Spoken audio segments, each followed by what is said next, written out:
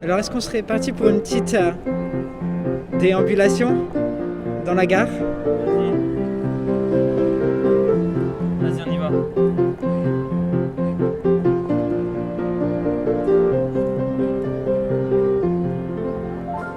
Sur un air de Noël. Sur un air de Noël. Donc, ici, on est gare Saint-Lazare.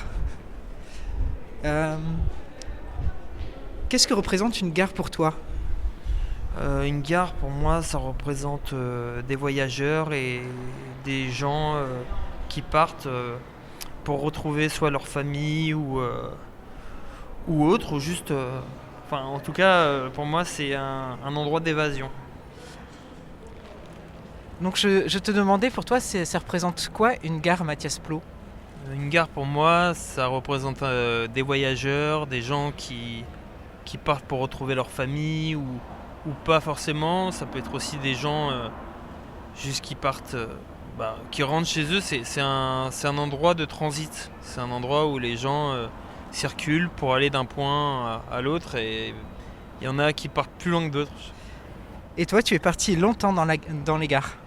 Moi, ça fait depuis 2013 que je fréquente les gares et que je les côtoie grâce au piano public que la SNCF ils ont mis à disposition.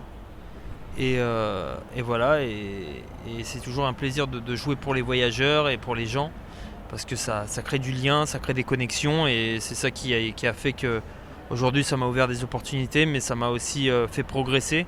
Puis surtout, t'es fier à la fin de la journée quand tu sais que ça a apporté du bien aux gens et que les gens te remercient et te disent bah voilà, je repars avec le sourire, merci, ça m'a fait du bien. Donc t'apportes un peu de lumière et de soleil là où les gens se parlent pas forcément. Donc je trouve que c'est bien, c'est une bonne idée.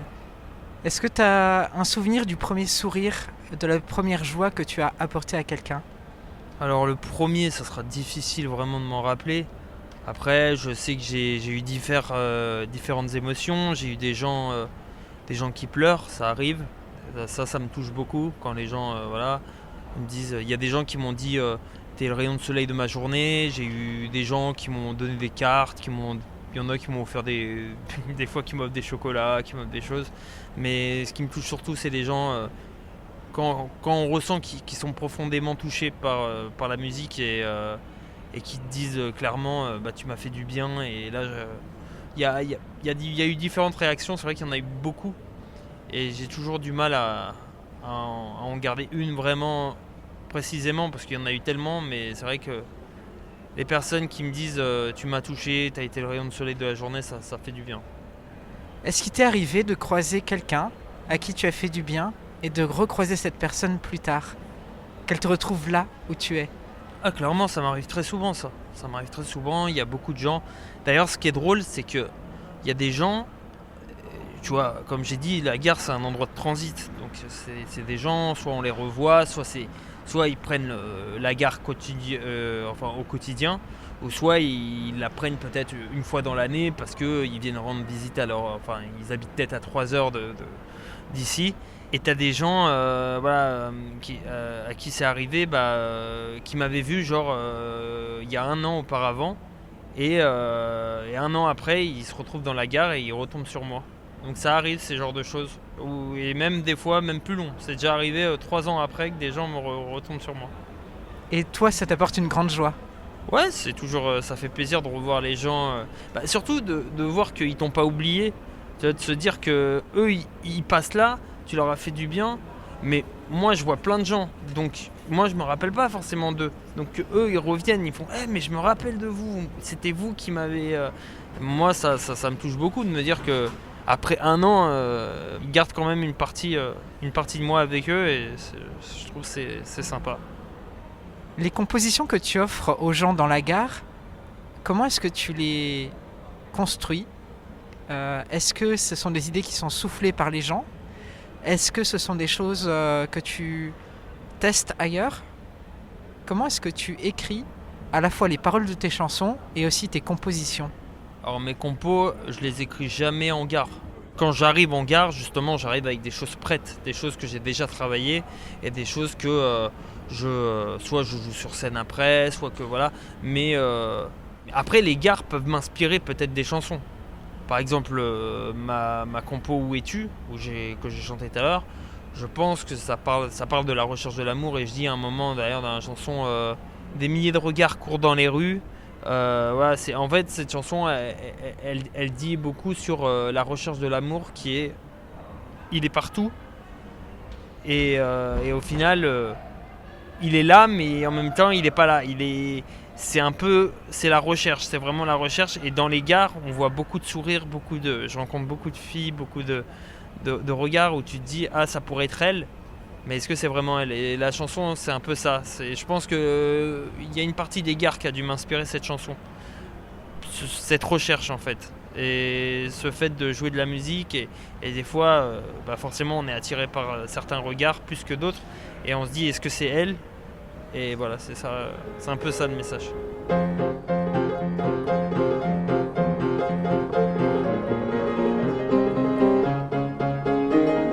Le premier poème que tu as écrit, est-ce que c'était plutôt une chanson ou c'était plutôt un texte écrit? Mon premier. Après, moi, j'avoue, j'écris pas trop de poèmes. Moi, c'est plutôt des chansons. C'est plutôt des chansons ou des textes. Mais une chanson, c'est aussi un poème. C'est vrai, c'est vrai. Bah oui, il y a une sorte de poésie dans... C'est vrai. Mais après, quand on parle de poésie... Alors, dans une chanson, je pense qu'il y a de la poésie, c'est sûr. Mais quand on dit « je suis poète », on le livre d'une manière différente qu'une chanson. Ou des fois, dans la chanson, il faut systématiquement qu'il y ait... pas systématiquement, mais souvent, il faut qu'il y ait la rime, faut qu'il y ait... Bon, dans les poèmes aussi, mais je sais pas, c'est une manière différente de livrer, j'ai l'impression. C'est comme un peu le slam. On livre pas le texte de la même manière, je pense. En tout cas, c'est mon ressenti par rapport à ça. Toi qui pratiques donc la musique, pour toi, c'est quoi le slam? Le slam, pour moi, c'est l'art de savoir poser les mots, l'art de... C'est pas vraiment rapper. Honnêtement, le slam, j'en fais pas beaucoup, donc c'est un peu difficile de l'expliquer. Mais pour moi, c'est la richesse des mots. Et il y a une certaine diction à avoir, j'ai l'impression. C'est vraiment l'art pour moi de poser les mots et de vraiment raconter une histoire et de savoir, enfin vivre vraiment ce que tu racontes, pour moi. Voilà. Et qu'est-ce que tu as envie de raconter au monde aujourd'hui? Moi, j'ai envie de montrer qui je suis, de dire aux gens que on peut être différent et que la différence, ça peut être une force. Et je pense que même c'est une force. Alors, on m'a beaucoup jugé sur le fait d'être différent, j'étais pas très bon à l'école, et aujourd'hui ils comprennent pas qu'il y a différents types d'intelligence, qu'on correspond pas tous aux mêmes choses. Et je pense que aujourd'hui, ce qui m'a fait tenir et ce qui m'a permis d'avancer, c'est justement aussi ces moments de difficulté. Et en fait, j'essaie d'en faire une force, et c'est pour ça que je dis toujours, dans la musique je me livre et dans l'humour je me délivre, parce que c'est deux manières pour moi de m'exprimer, et c'est ça qui fait qui je suis aujourd'hui, par mon histoire, par mon vécu, et voilà, pour moi tout ça c'est super important, de pouvoir montrer qui je suis pleinement sans avoir besoin de me justifier ou... Pour moi, on a le droit d'être différent, et au contraire, je pense que c'est une richesse. Aujourd'hui, on est dans un système où on veut que tout le monde soit pareil, tout le monde soit conditionné de la même manière, alors qu'en fait, justement, ce qui fait que tu te démarques et que les gens se rappellent de toi, c'est parce que justement, tu apportes quelque chose de différent. Je dis toujours, c'est la différence qui fait la différence, et j'y crois sincèrement. Et je crois que tu as aussi d'autres arts oraux dans ta besace. D'autres arts oraux dans ta besace, qu'est-ce que tu pratiques? Un art oral Ah oui, le stand-up. Ouais. Oui, le stand-up, oui. De base, moi, je suis issu du stand-up. Alors, ce soir, je suis éclaté. Je suis archi fatigué, donc... ils doivent se dire, putain, c'est quoi cet humoriste dépressif sous cortisol. Mais honnêtement, ouais, je suis issu du stand-up. Moi, j'ai commencé très tôt. Enfin, déjà, j'étais dans une famille artistique. Ma mère était comédienne, ma soeur est actrice, comédienne, doubleuse. Et mon père, il est musicien, chef d'orchestre et prof de flûte traversière. Donc j'ai grandi avec tout ça. Après, moi, ça fait 4... qu'est-ce que je dis ? J'ai fait 2 ans au cours Florent. et 1 an à l'école du One Man Show, donc une école qui forme les humoristes. Et après, suite à ça, j'ai fait beaucoup de scènes sur Paris, des premières parties, des MJC, j'ai joué vraiment partout. Mais dans mon humour, j'ai toujours incorporé un peu aussi la musique. Et après, j'ai fait beaucoup de vidéos. Je poste beaucoup de vidéos sur YouTube. J'ai 2 chaînes YouTube. J'ai Mathias Plot. Là où c'est plus un peu, on me suit sur ma vie d'artiste. Et après, il y a mon personnage qui s'appelle Mec d'Enfer. Et là, je fais vraiment des chansons un peu comiques. J'étais beaucoup influencé à l'époque par Max Boublil, qui faisait des chansons qui me faisaient vraiment rire. Et c'est ça, je pense, qui m'a donné... Enfin, c'est pas ça qui m'a donné envie de faire de l'humour, parce que moi, j'ai été influencé par Gad Elmaleh dans le stand-up. Mais dans les vidéos comiques, dans les chansons comiques, c'est Max Boublil qui m'a donné envie, en tout cas. Est-ce que tu as en tête un extrait de paroles de chansons de Max Boublil? Boublil, ouais. T'inquiète, je vais t'aider. On va aller chez l'orthophoniste dans 2 minutes, il n'y a pas de souci. Il y a, j'aime les moches. J'aime les moches parce qu'on se les fait pas piquer. Je trouve ça tellement drôle.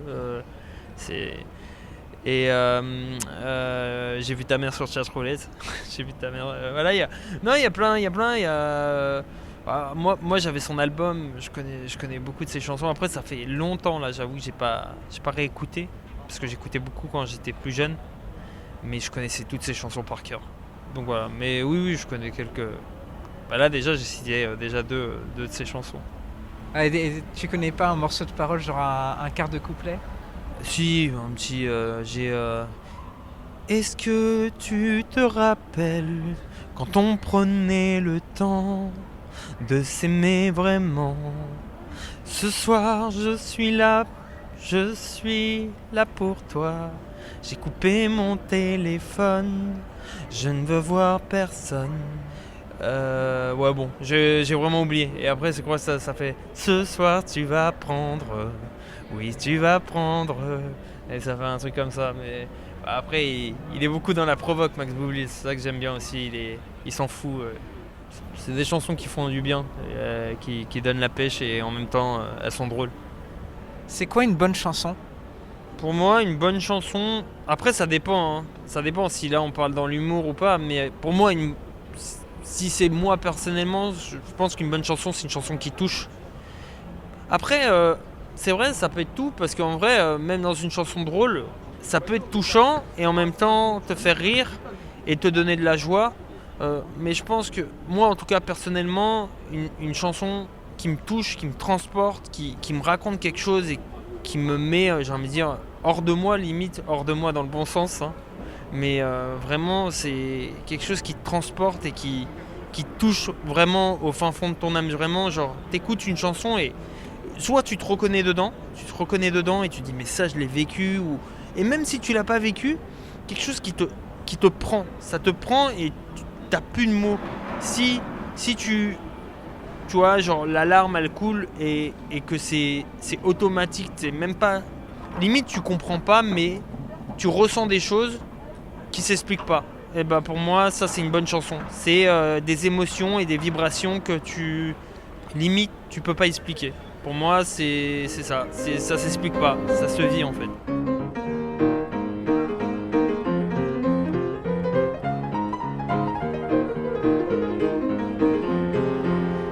Est-ce qu'il y a des rêves que tu as et qui ne sont pas encore réalisés et que tu aimerais voir réalisés?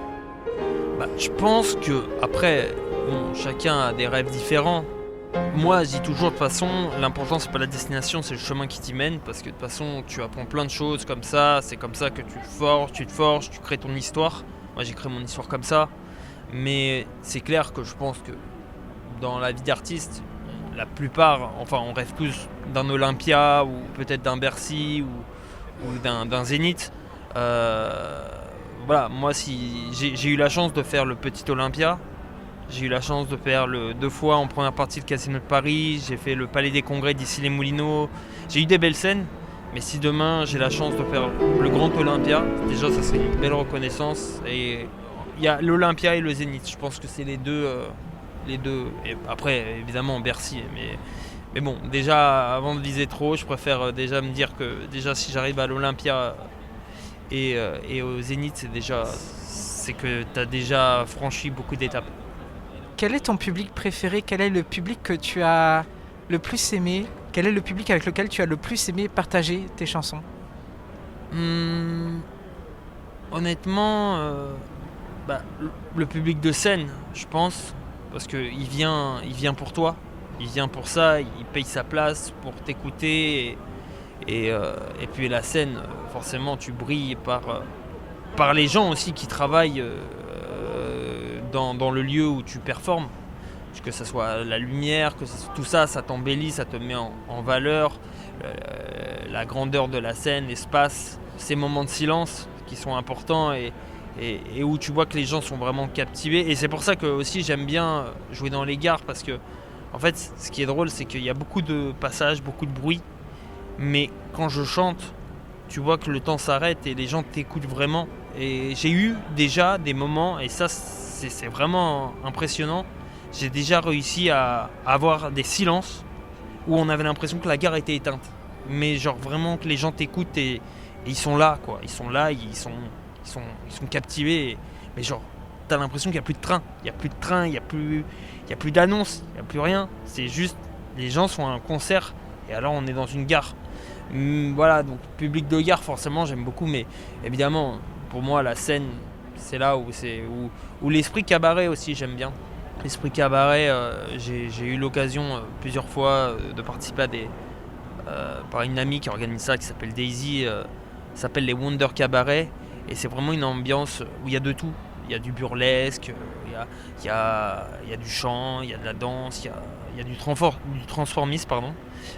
Et je trouve ça beau qu'il n'y ait pas de, justement, l'art, pour moi, il n'y a pas de frontières, et tout est possible. Tout peut se rejoindre, et je trouve que justement dans ce côté burlesque et cabaret, je trouve qu'il y a une bienveillance qu'il n'y a pas toujours à d'autres endroits.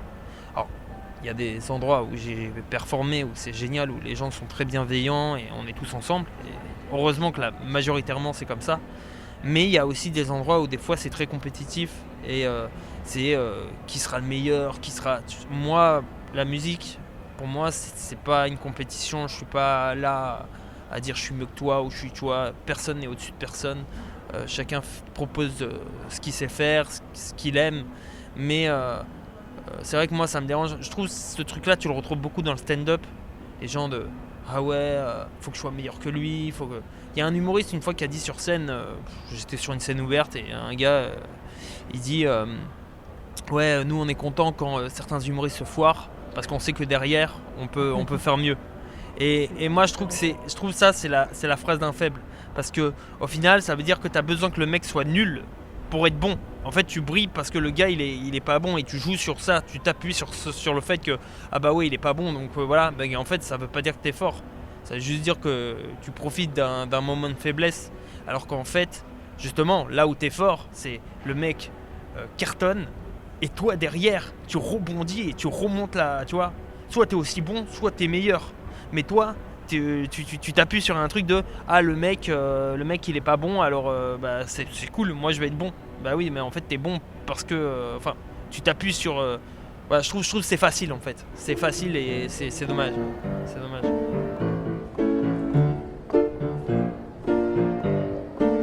On m'a tous souffrance. Pourquoi s'acharner, tu recommences? Je ne suis qu'un être sans importance.